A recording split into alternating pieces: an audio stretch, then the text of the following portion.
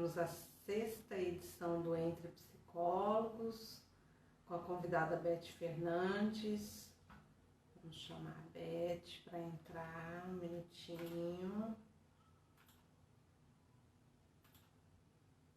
Olá, Gustavo, boa noite.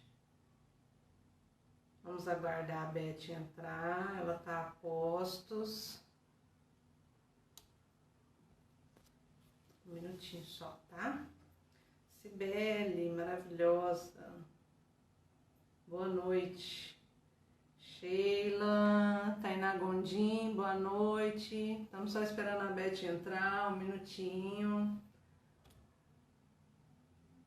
Corações, essas lives são boas que a gente ganha tanto coração. Alice, Benjamin, Rosilda, gente, muito obrigada pela presença de vocês, presença de sempre. Estamos só aguardando a Beth entrar. Poliana Lopes, obrigada, Poliana. Poliana também está sempre me acompanhando. Vera Morcelli, professora amada. Sheila, psicóloga. Angelica. Já vamos entrar com a Beth, tá? Só um minutinho, tô só aguardando ela entrar.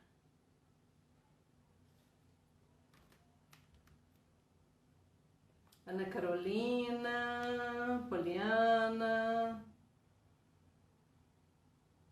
Hoje nós temos um tema muito importante, que é o orgulho LGBTI, mais violências e psicologia. Uma convidada também extremamente importante, a Beth Fernandes, que além de militante na área, é também estudiosa, faz pesquisas também, ela acabou de entrar, oba, vai dar certo hoje. Essa live foi remarcada, porque no dia não deu certo, mas agora vai dar certo. Beth, você tem que me convidar, você tem que pedir para entrar na conferência.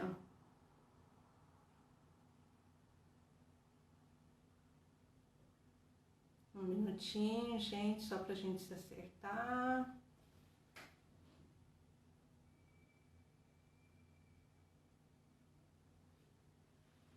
Eu vou encaminhar, Beth, um convite para você. Eu tô achando mais fácil eu do que você.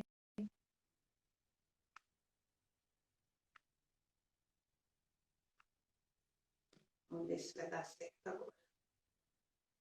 Aí, tá entrando. Beth Fernandes. Oba! Enfim! Que bom!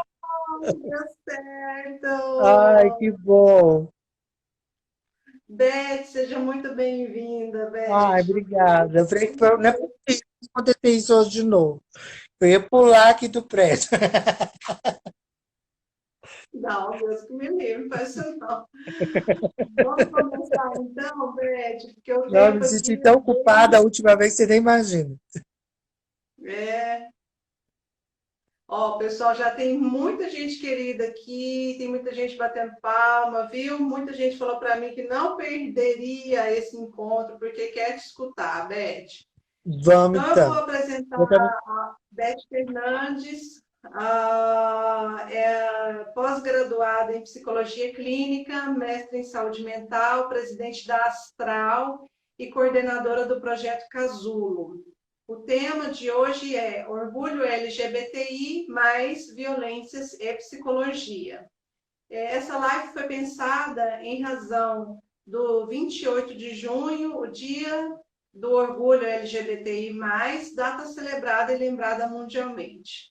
Eu conheci a Beth em 2004, quando trabalhávamos no projeto Invertendo a Rota, que foi um projeto maravilhoso nas nossas vidas, ganhou até prêmio do Ministério da Ciência e Tecnologia. Para quem não conhece, a Beth é uma psicóloga que faz atuação de ponta no território da cidade, em projetos que atendem a população, faz militância e articula seus projetos com outras instituições. Além disso, discute cientificamente questões de gênero e sexualidade a Beth é essa psicóloga que vai nos ajudar a quebrar paradigmas. O pessoal está falando, agora deu certo, estava todo mundo querendo falar. Que Vamos lá, bom. Beth, a palavra é sua, a palavra é Vamos, toda vamos sim. sua. Eu acredito que muitas pessoas conhecem, eu já fui apresentada por você, mas eu quero falar também de um outro lugar que tem a minha fala, né? Porque se as pessoas baterem lá, Beth Fernandes, lá no conselho, né, na qual eu pertenço, que é o Conselho de Psicologia, vai achar Roberta Fernandes, né? Aí ele fala, é um apelido. Não, é um nome social que foi usado.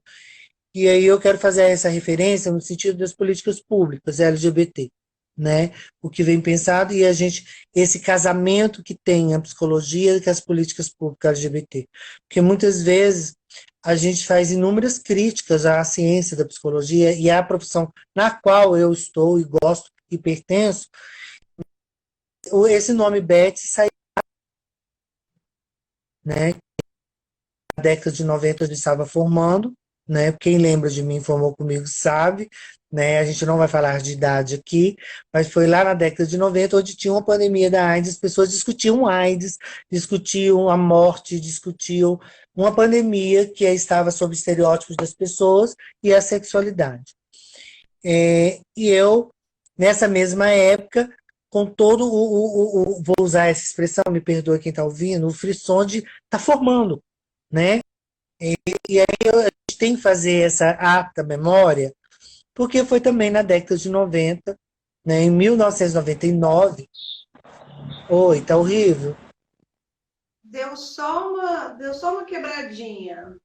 Volta só um pouquinho na sua fala. A qual momento? Vamos voltar lá na questão da pandemia da Na AIDS. década de 90. Isso, na década de 90. E aí, quando a gente tem que. Nós tivemos, pelo Conselho, a primeira resolução, que era a questão da não tratamento às pessoas homossexuais como doença. Apesar que lá atrás, em 1993, quando eu estava formando, já saía dentro dos compêndios, esses mesmos compêndios que eu pronunciei, né, a questão de não discutiam todas essas letrinhas que nós temos hoje. Nós não discutimos isso, Vamos lá, você tá? estava falando da retirada da E homossexualidade do dos, DSM. isso, que foi nessa mesma década de 90. Tá. E aí nós tivemos o primeiro passo para pensar políticas públicas LGBT, né, no nosso país, que foi em 1999, o Conselho Federal de Psicologia lança a primeira resolução de 1999, que era a retirada, né, da homossexualidade como um processo de doença nos tratamentos psicológicos. Isso foi um pontapé para a nossa discussão.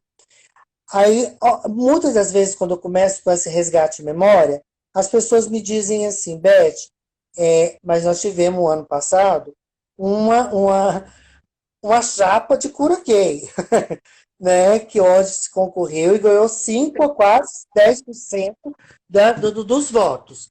Né? A gente pode fazer essa construção ideológica sobre o curso da psicologia? Podemos. Mas a gente, nesse sentido, a gente não pode traçar que é um curso extremamente conservador.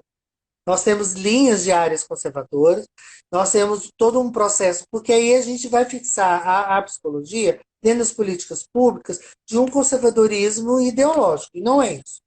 Sabe? Eu sou psicóloga e defendo a minha profissão, e gosto de ser psicóloga. E falo também do lugar do movimento social.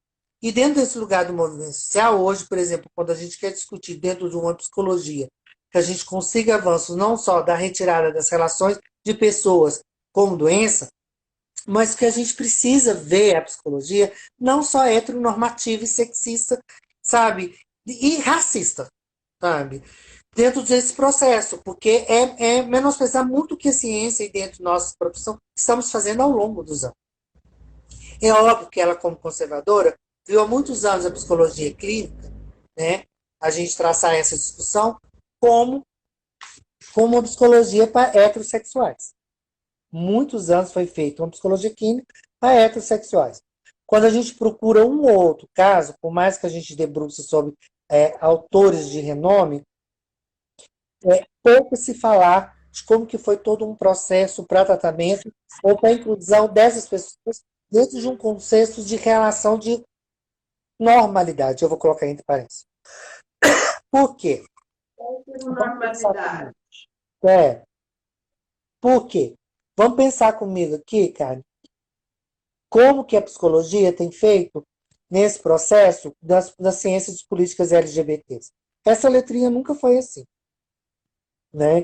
Hoje a gente fala, você falou, orgulho LGBTQI+, né? E muita gente fala assim, essa sopinha de letras tem todo esse povo aí mesmo, né? Esse povo, a inexistência é a primeira palavra que a gente tem que procurar. As pessoas não, e como políticas públicas e como processo até mesmo que a gente tem para atendimento a essa população, muitas vezes foi esquecida. Então, ela é inexistente e é invisibilizada como políticas públicas. Né? Então, naquela época, a discussão aí naquela época que eu estava formando, onde a gente faz a primeira resolução, só depois de eu ter quase 7 anos de formada, né? A gente discutia dentro da psicologia clínica como heterossexista. E o momento discutia só 3 letras. GLS. Gays, lésbicas e simpatizantes. Provavelmente eu era simpatizante. Né? Não estava dentro daquele complexo. Aí você fala, mas você dentro de um processo, eu escuto até de professores falando isso para mim. Ah, eu te conheci gay. Eu falei, não, você me conheceu dentro de um processo, né, onde você achava que eu era gay. Né? Eu escuto muito isso dos professores, eu acho interessante a gente pautar isso, porque a lógica do desenvolvimento da identificação das pessoas tem o próprio tempo. É óbvio que eu tive que fazer, e aí eu quero falar de mim aqui, que eu tive que fazer negociações para me formar.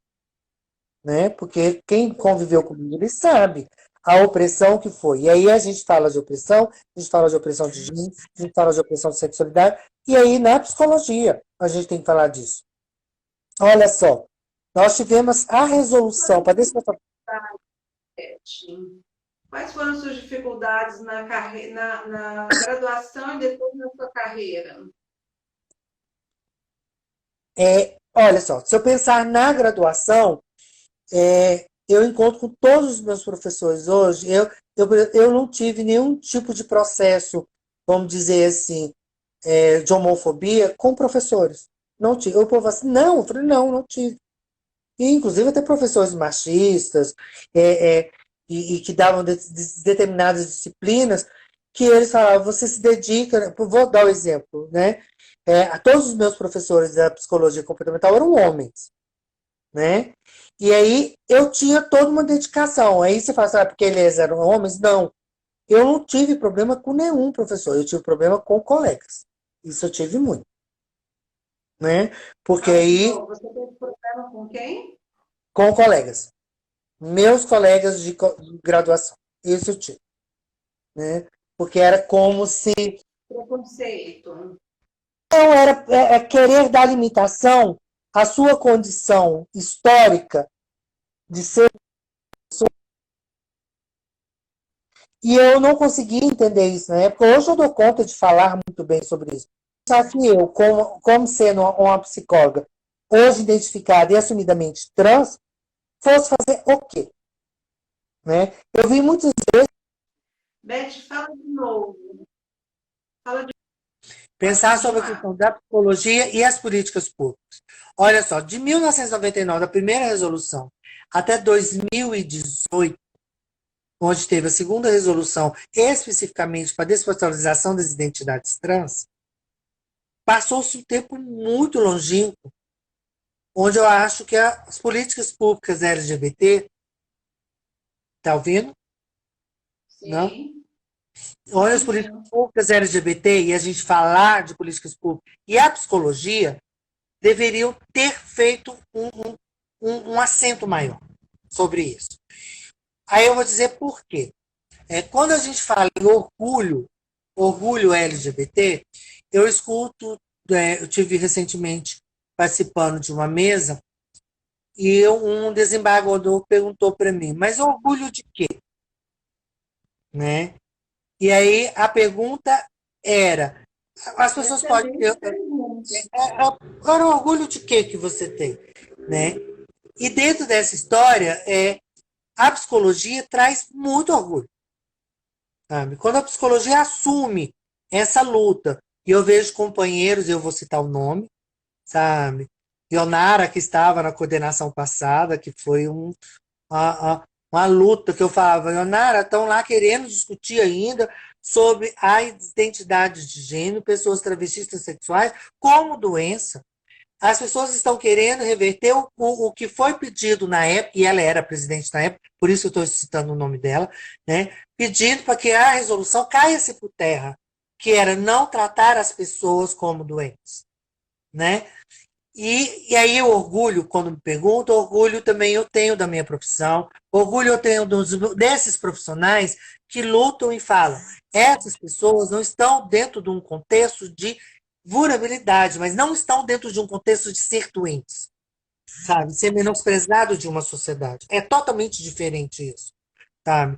Porque as vulnerabilidades, elas podem ser inúmeras, elas podem ser sociais, éticas, raciais, elas podem ser econômicas, a gente falar de vulnerabilidade de gênero, né? E aí, quando a gente pensa em cima tantas outras vulnerabilidades, né, a gente consegue ter orgulho no sentido, inclusive invisibilizadas politicamente, né, onde aparecem pessoas dizendo, não, essas pessoas estão vivas, elas têm direito e elas estão aí, elas precisam desses direitos. E esse é um orgulho que eu tenho de ser psicóloga. Eu poderia falar, tenho orgulho de ter um monte de pós-graduação, eu tenho orgulho de estar em determinados lugares convidada para representar hoje, que nem a rede a rede LACTRANS, que é a rede da América Latina, dentro do Comitê Nacional de Enfrentamento ao Tráfico, ou dentro do Conselho Nacional de Assistência Social, sabe, dentro dos lugares, quer dizer, isso poderia ser um orgulho, não, mas eu tenho orgulho da minha profissão.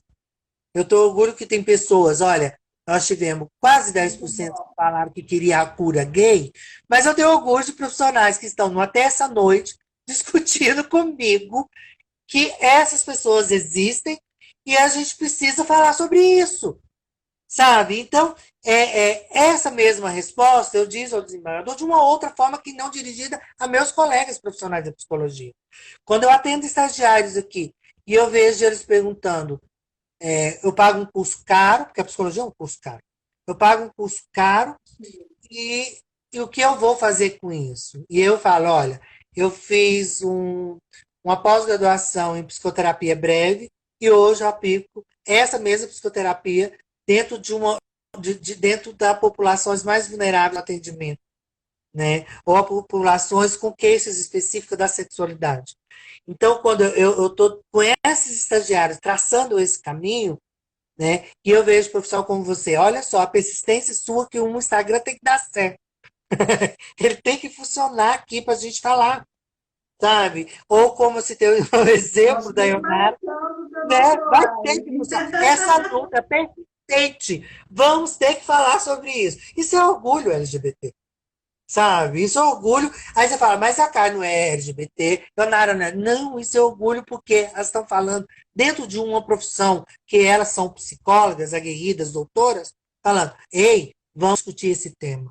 Vamos falar sobre isso. Vamos fazer esse processo caminhar para que outros, sabe? E aí, dentro dessa construção, a gente tem todo uma equipe ou profissionais que estão discutindo hoje, dentro do Covid-19, a doença, a pandemia, a saúde mental, né? Que é, vamos dizer, o meu olhar no sentido de pensar a saúde mental. Porque muitas vezes me colocaram lá, aquela doente, a doida que quer arrancar o pau, a maluca, você entendeu? E eu estou falando isso porque foi isso que falaram para mim. Né? É a doida, né, a maluca.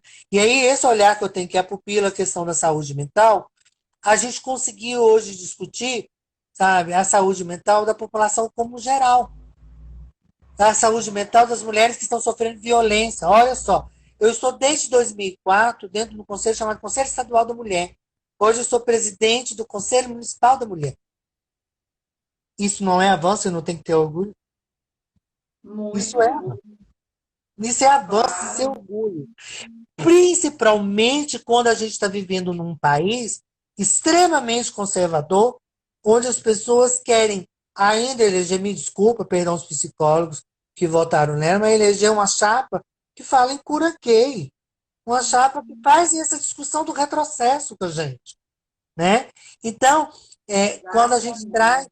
traz hoje na psicologia, a gente trazendo esse tema do orgulho, isso tudo para mim é orgulho. Quando a gente está pensando na saúde mental das pessoas, quando a gente está pensando não colocá-las dentro do processo de doença, né? Porque dentro do processo de doença eu vou culpabilizar muito mais as trans. Vocês são doentes. Eu vou culpabilizar muito mais os gays. Recentemente, uma pessoa mandou, depois eu posso compartilhar com vocês, fotos de homossexuais nos hospícios, nos hospitais psiquiátricos, né? E é muito doloroso saber que até hoje nós temos mães que queiram internar os seus filhos e filhas por uma questão de orientação afetivo-sexual, né? E aí eu tenho orgulho da minha profissão, eu tenho orgulho de ser psicóloga. Eu tenho orgulho porque esses mesmos profissionais estão querendo falar não para isso. Estão querendo dizer, não é isso. Tá? Filho, ótimo. Então, é assim, esse encontro nosso era para ser lá atrás. Nós estamos fazendo hoje. Vamos pensar hoje, quando a gente está falando de políticas públicas LGBT, e aí eu quero discutir políticas públicas dentro do lugar do movimento político da psicologia, né? O que nós hoje estamos fazendo, né, para a gente vencer essa discussão, né, que principalmente que é o que eu quero, a partir do momento que eu tenho orgulho de ser psicóloga e ter colegas e profissionais que caminham comigo nessa discussão, o que nós estamos fazendo hoje? Dentro de uma pandemia, né, de uma doença chamada Covid-19, que a gente possa fabricar assento na saúde emocional e social das pessoas. Eu sei tanto quanto você, eu na quarentena estou trabalhando duplo. Oh, eu também tenho trabalhado muito. Você aí, caiu? Não. Ótimo, já. Oi. Voltou. Doutor? E aí, o que nós estamos fazendo como profissional, né? Nesse momento árduo de tormenta, onde várias pessoas estão vivendo inúmeros estresses, né? E aí a gente está aqui, terça-feira, nessa correria, falando com outros profissionais sobre um tema e pensando como você pode futuramente ou mesmo atender pela internet. Como você vai atender? De que forma você vai atender? O que você vai fazer, como você está fazendo, de capacidade, de formação desses profissionais, quando a gente senta para discutir um determinado tema, né? Isso é importante. Oi, oi. Caiu de novo? Caiu? Não, é que está Tá. ruim mesmo, Isso a é sua conexão. importante a gente pensar, porque a psicologia é um processo contínuo de formação. Ele não se restringe à parede da universidade, não tirando o mérito de uma universidade, gente. Não é isso que eu estou falando aqui. Mas a gente tem que comer fora. E exatamente hoje você está lanchando comigo e com a Kari sobre um assunto, que é comer fora. Sabe? Que isso é o processo de formação. Quando o cara falou, vamos, insistentemente elogiei ela aqui. Vamos, esse Instagram vai cair, vai voltar, mas a gente vai, Beth. A gente vai conseguir. Porque isso é o processo de formação. Né? E como não posso ter orgulho disso? Muito orgulho. Muito Obrigada. bem, Loida. Gente, eu falei que ela arrasa, mesmo com todas as dificuldades Tá, técnicas tá, de tá. transmissão, ela arrasa mesmo assim. Ok. Na sua fala, eu me senti muito provocada em relação ao papel da psicologia, e é um pouco isso que eu tinha pensado para fazer algumas reflexões aqui. Então, eu vou começar com o exercício profissional do psicólogo nessa área.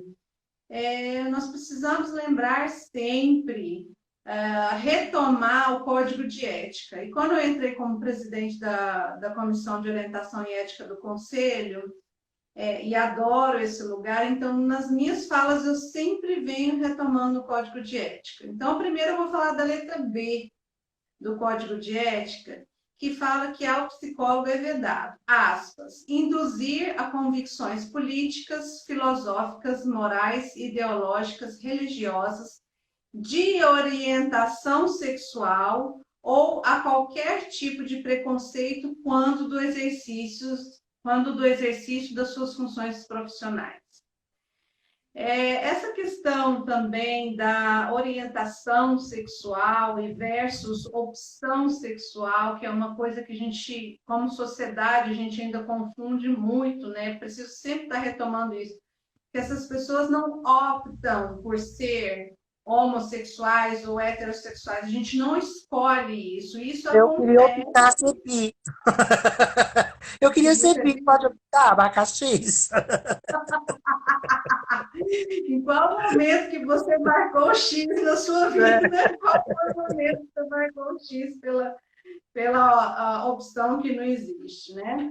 E aí, assim, como a Beth já falou, outra coisa que eu queria muito pontuar aqui, essa questão dos termos, né? Homossexualidade ao invés de homossexualismo. E o homossexualismo presume que você está doente. Como a Beth já falou, não existe mais essa presunção de doença mental. A última aparição da homossexualidade foi no DSM-1, que foi entre 1952 e 1968. E aí, eu queria pontuar que o homossexualismo, que na época aparecia como homossexualismo, vinha classificado numa mesma categoria que outros transtornos, como travestismo, pedofilia, fetichismo e sadismo sexual, que incluía estupro, agressão sexual e mutilação. Então, assim, gente, olha isso. Olha aonde é que estava o homossexualismo da época. No DSM-2 já veio como desvio sexual. E a sétima impressão do DSM-2, que foi em 1974, já não tinha listado em suas páginas a homossexualidade como uma categoria de desordem. E isso foi uma conquista do movimento, dos ativistas do que se chamava movimento gay daquela época. Voltando ao Código de Ética do Profissional Psicólogo, quando fala que ao psicólogo é vedado, eu vou voltar à letra A, então. É vedado praticar ou ser conivente com quaisquer atos que categorizem negligência, discriminação, exploração, violência, crueldade ou opressão. Então, quando a gente traz para essa live o tema das violências também, e isso tem toda a conexão com a psicologia, no sentido em que a gente, infelizmente, constata que o Brasil é um país campeão mundial de assassinatos contra homossexuais, segundo o Mote Sequeira de 2001. GGB. O Brasil, pode falar. O GGB. Eu tenho o grupo gay da Bahia, ele tem um trabalho.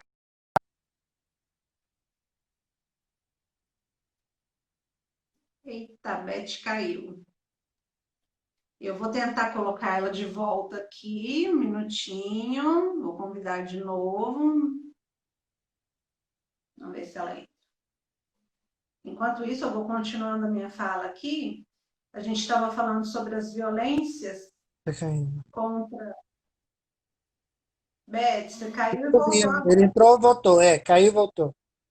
Estava falando do grupo da Bahia, pode continuar. Eu participei como colaborador o ano passado, nas discussões, e aí as pessoas fazem uma referência assim, tipo assim, mas morre-se tantos policiais. Não, mas são profissionais. Não misture, por exemplo, eu ser trans como profissional. As pessoas fazem uma confusão geral de que há um estereótipo sobre determinadas populações, principalmente gays e a população trans, né, como ligada à profissão. Então, vai morrer porque vocês estão na rua, vocês gostam de rua, vocês saem, né? E aí a gente tem que discutir, né, que a violência ela paira sobre um outro lugar, né? Que a violência física, a morte, ela é a última, apesar que eu já vi piores, né? Quando escreve na lápide de uma transexual que ela chamava João, e eu falei, não, mas o nome dela era Maria. Não, vai ser chamada de João porque a mãe e o pai querem que seja chamada de João. Ou quando, por exemplo, depois de morta, um pai ou a mãe quer raspar a cabeça e vestir de homem aquela pessoa que viveu a vida inteira sustentando aqueles pais na prostituição vestida de mulher. Aí eu falo, gente, é uma outra violência que essa pessoa, depois de morta, está sofrendo. Né? Então, as violências elas são inúmeras contra essa população. E aí, nós, profissionais de psicologia, nós temos o dever de não causar mais violência, principalmente as violências emocionais e psíquicas a essas pessoas. Né? Porque quando eu escuto de um profissional da saúde, como nós, psicólogos, falando assim, dá porque quer, sabe? Tá assim porque quer, sabe? Como não pensar na condição do outro e a vulnerabilidade do outro, né? Nesse sentido social. E aí a psicologia, quando eu falei, tenho orgulho de ser psicóloga, e a gente fazer isso que você está fazendo, capacitando, a gente lutar por essas resoluções, nessa condição, sabe? Porque nós ainda temos profissionais, infelizmente, sabe? Que ainda se negam a atender, por exemplo, um adolescente. Sabe? Quando eu vou discutir com crianças e adolescentes, com pessoas magníficas que eu tenho, colegas, professores, Joseleno, Vera Morcelli e outros profissionais maravilhosos que a gente tem, né, que está aí discutindo sobre a criança e adolescente, e aí eu faço uma intromissão e falo, ei, tem esse adolescente LGBT, porque eu não quero ver os meus colegas profissionais, sabe, não atendendo eles com forma digna do ser humano, né, de igualdade de direito, sabe? E assim, assim, são profissionais que hoje, dentro desse conservadorismo que a gente está vivendo político, que eu acho que deveria já estar aposentado.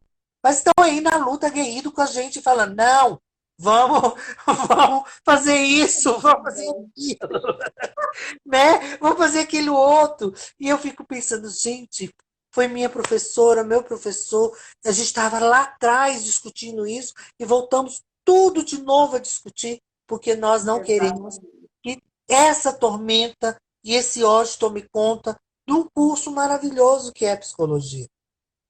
Que é um curso Exato. maravilhoso. Ele é rico, ele é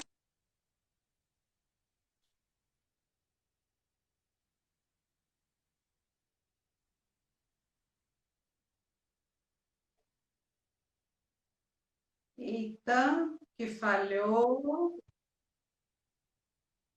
É rico no mundo. humano. Tá? Nós, psicólogos, a gente tem todo um fundamento de discutir ciência, de pautar tecnologias, pautar métodos, técnicas de atendimento, da qualificação da escuta, o precioso da gente estar ouvindo. Isso é domínio nosso. A escuta qualificada, sabe? O atendimento humanitário com o outro. E nós precisamos fazer isso. E não podemos deixar nenhuma dessas letrinhas para trás. Nenhuma. Exatamente. Essas letrinhas não podem ficar para trás. Vamos ter que carregar elas com a gente. Beth, foi importante você trazer a psicologia como uma questão, porque ao consultar o código de ética novamente sobre essa questão, eu percebo que o código de ética ele se refere, sim, à Declaração Universal de Direitos Humanos. E aí, outra pesquisa que eu fiz para fazer essa live também foi a pesquisa o Caderno de Deliberações do Congresso Nacional da Psicologia, que foi em 2019, que eu, A, com muito a Vera orgulho, colocou lá que participei. aposentar nem morre. Internacional LGBT. A Vera colocou lá para mim. Eu vou Pois aposentar é, nem a morre. Vera, né? Ela colocou eu aposentar sou com a morte. Essa é mesmo, porque essa é ativa até. É, Ela estava com a gente no final, na semana passada. Aí, Beth, em relação ao Congresso Nacional de Psicologia, quando eu coloquei lá LGBTI para achar os artigos que falam, eu achei 3 propostas que falam sobre essa questão. Uma é sobre os acessos aos serviços psicológicos, que coloca o LGBTI, a população LGBTI, junto com outras, aspas, populações historicamente marginalizadas aos serviços de psicologia, tal como negros, índios, ribeirinhos, etc. Um outro marcador que está acompanhando essa discussão do LGBTI no Congresso Nacional de Psicologia é a questão dos direitos humanos. Isso é batata, isso está sendo sempre aqui acompanhando um tema com o outro. Então, colocam assim, ó, realizar campanhas e eventos junto às 3 esferas de governo e à sociedade em relação ao LGBTI. E o outro marcador também de direitos humanos fala da defesa das resoluções 01 de 99 e 01 de 2018 e as demais resoluções referentes a direitos humanos, gênero e sexualidade. Quando eu estava divulgando a live, teve uma colega nossa da comunidade que perguntou assim: então o psicólogo não pode tratar uma pessoa homossexual? E as pessoas têm essa dúvida em relação à questão da cura gay, né? Então, assim, só para esclarecer que a gente trata a pessoa, a gente trata o ser humano, a gente trata esse sofrimento, a gente faz essa escuta ativa. o sofrimento. Exatamente. E não o tratamento para tentar reverter uma condição sexual. Foi isso que o Conselho Federal de Psicologia entrou com uma ação, porque eu não sei se os que estão presentes aqui sabem, né? Algum grupo de psicólogos entrou na justiça com o intuito de derrubar a resolução 001 de 99 para que eles pudessem fazer esse tratamento de reversão sexual. E o Conselho Federal de Psicologia entrou na contramão desse movimento, dizendo da necessidade de se manter a resolução e de se manter a proibição desse tipo de tratamento de reversão sexual. Estou correta, Claro. Beth? Certíssimo, certíssimo, é isso mesmo. Porque uma coisa é alguém me procurar no consultório porque sofre pelos estereótipos de ser uma mulher trans e ser confundida como prostituta, né? Ou está fadada à condição da prostituição, né? Isso é uma procura, né? Quando eu vejo pessoas trans, né, vindo me procurar e falando, olha, eu fui comprar numa determinada loja e a pessoa me tratou como puta, vou falar rasgar, uma profissional do sexo, né? E esse estereótipo sobre as condições trans pode trazer um sofrimento. Como ela entrar no posto de saúde porque está com uma dor de dente e a pessoa mandar ela fazer exame do HIV, como se ela fosse doente da AIDS. Você está entendendo? E aí, esses estereótipos trazem, sim, dores emocionais, dores sociais, né? Ouvi uma vez uma trans falar para mim, falou assim, uai, mandaram eu ficar em casa, eu fui expulsa de casa, eu nem casa tenho. Tá? Em compensação, outras trans me dizem, ixi, quarentena para mim é bobagem, eu estou acostumada a fazer isso há muitos anos. Não saio de casa para não ser apedrejada. Você está entendendo? Assim, esse sofrimento existe. Agora, eu falar que eu tenho que fazer com que essas pessoas, tá, encontre dentro dessas dores que elas estão sofrendo a redesignação dela no sentido de voltar a ser a sua primeira identidade, que é a identidade genital, isso sim não cabe ao psicólogo. Está proibido. Não cabe. Exatamente. Porque não cabe ao psicólogo falar para uma pessoa homossexual que ela é doente por amar o outro. Quando eu utilizo a palavra orientação afetivo sexual, é porque as pessoas amam, né? E a gente tira de uma coisa que eu estava lá atrás, dentro de um discurso, quando eu fui feita a minha formação lá na psicologia, que orientação sexual era o mesmo que educação sexual. Não, orientação sexual é outra coisa. Não é educação sexual. Nós não temos que educar o outro sexualmente por sua orientação sexual, né? Porque quando a gente fala dentro de um grupo que trabalha criança e adolescente, que nesse convívio familiar os pais expulsaram os jovens, né? Porque descobriram esses jovens no quarto dançando a Beyoncé, né? E os pais não sabiam porque estavam trabalhando, né? A gente vai atender, e aí a gente tem profissionais da família e encaminhar e atender essa família, né? Aí você fala, esse profissional que vai atender a família tem que fazer o pai aceitar a filha. Não. A questão é esse profissional que atende casais fazer entender o que é a condição do seu filho, sabe? Exatamente. E respeitar a condição do seu filho, né? O seu desejo ou prática sexual, seja o que for, né? E esse é o nosso papel, cara. Esse é o nosso papel, porque quando lá atrás eu falei, vamos falar de orgulho, vamos falar do que a gente faz, do que você faz, capacitando aqui, trancada, fazendo formação em live, vamos falar disso, porque a gente precisa dar, nem que seja o que eu chamei comer fora, nem que seja um simples sanduíche hoje, né, que a gente fez aqui, mas que a gente deu essa oportunidade para trazer outras reflexões com outros profissionais, ou até mesmo com novos profissionais. Quando meus estagiários estão aqui, eu falo, o que nós vamos fazer com isso? Sabe? O que você está ouvindo, o que você está discutindo, você está atendendo, o que nós vamos fazer com isso? Né? Qual é o nosso trabalho como profissional? Do atendimento da saúde mental, nas questões emocionais, sociais, nas relações conjugais e familiares, sabe? Trabalhar com comunidades. E aí a gente pode ficar aqui dias discutindo o papel do psicólogo, que você traz lindamente para mim, a questão de ética, a postura desse profissional, né? Porque ele, quando ele foge de ser um profissional, cara, a ética dele, aí já é grave, sabe? Aí a gente já tem que puxar ele e falar, querido, vamos conversar aqui um pouquinho, isso não é o seu papel, tá? E aí, quando tivemos a luta de falar não só da questão do 0199, 01 2018, mas quando traz a luta pra gente, nessas resoluções, é no sentido que outras virão. Daqui a pouco a gente vai estar falando o que está acontecendo no Congresso, FCF garantir o direito que as pessoas tenham o seu casamento afetivo, no que eu falei, orientação afetivo-sexual. Tá? Daqui a pouco eu quero ver eles fazendo tratamento de família com esses casais, porque são a réplica cultural da opressão. Eu tenho atendido meninas lésbicas que querem uma bater na outra porque viu isso dentro de uma relação conjugal monogâmica de hétero. Eu falei, não, mas você não pode repetir o que você viu e você viveu.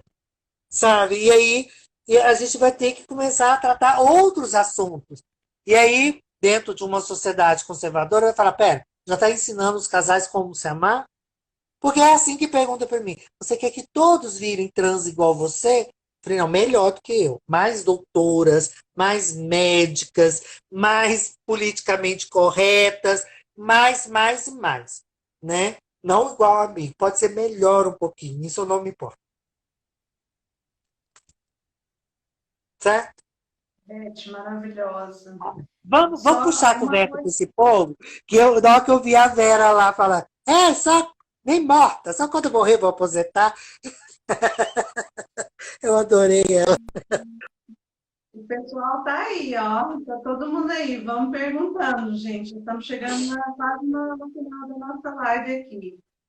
Ô, Beth, retomar só um ponto aqui que eu acho que a gente não falou, que o Conselho Federal de Psicologia levanta uma bandeira que é muito importante, que é a bandeira da Valorização. despatologização das identidades trans. Fala Ótimo. para a gente disso um pouquinho.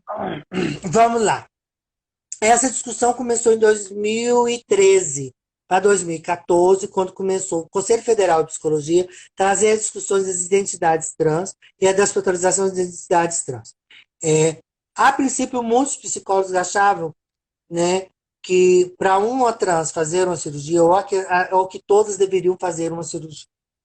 E aí discutir as identidades trans e despatologizar as identidades trans é retirá-las dentro do conteúdo não só das relações de doença, como estava a condição do homossexualismo, o sufixuísmo e as homossexualidades, né, que hoje a gente discute, mas dentro das relações, porque é corpórica. Né? Como saquear vamos trazer uma discussão que a gente tem lá na patologia, isso é clínica patologia número 1, no currículo, lá atrás, né, numa formação dos profissionais psicólogos nas grades curriculares. Fetichismo. Ouvi-se muito de que, e até teve uma novela agora falando de crossdress, drag queen, a gente foi discutindo isso várias vezes, né, porque a televisão traz esse produto para a gente discutir.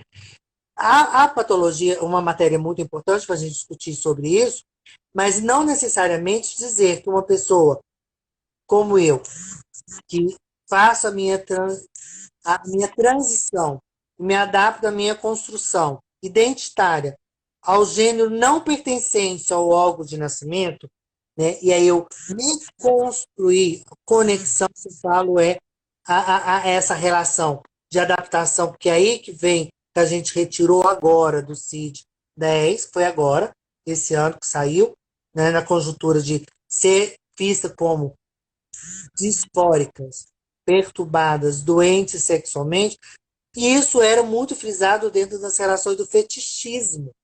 Então, as pessoas vestem de mulher porque elas gostam de ser fetichistas. E aí, a gente ouve muito ainda de profissionais da saúde, psicólogos, confundindo a identidade de travestis, a identidade de pessoas transexuais, como fetichistas. Não são. Sabe? Eu jamais coloquei uma calcinha para ter orgasmo. Sinto muito. Para ter orgasmo, tira a calcinha. Eu já explico isso para as pessoas.